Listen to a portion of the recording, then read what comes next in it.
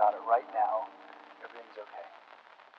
Hey everyone, I hope you're doing well. Today I wanted to show you some new Poems About You watercolors that I recently received.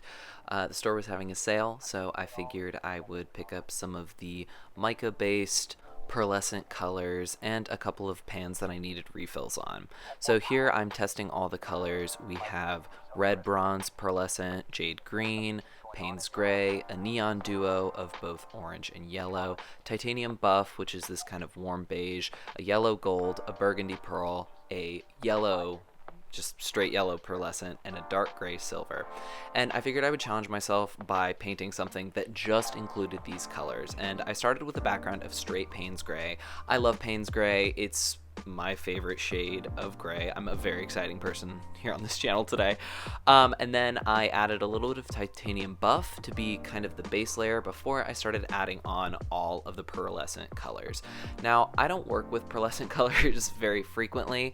I have purchased this specific yellow gold before from Poems About You, so I have used that, but everything else, my work doesn't use a lot of pearlescent or mica-based things, so this was a real challenge for me, just kind of figuring out how the paint settled and how it worked, because this is a type of paint that you have to spray down before you use it and let it kind of sit. Like, you can't just apply water to it and it works, kind of like the Payne's Gray or the titanium buff.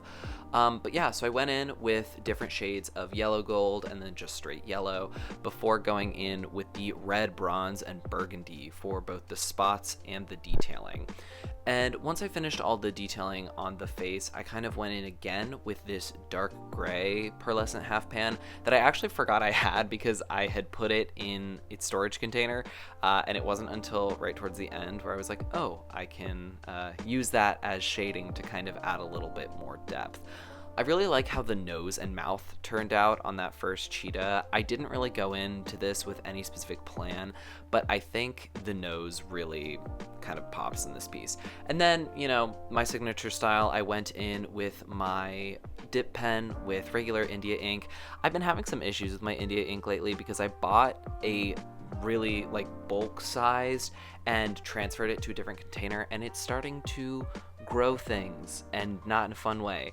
I did some research, and apparently this is pretty common. You can kind of get weird fungal growths in your ink if you transfer it to a bottle that wasn't totally washed out, and apparently I didn't wash it as well as I thought, and so I've been suffering. But this is the piece. So far I went in with some of that green for the eyes, and this is me going back over with some gold just to make extra things pop.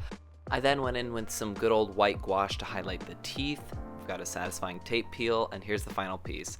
Thanks so much for watching, and I'll see you guys next time.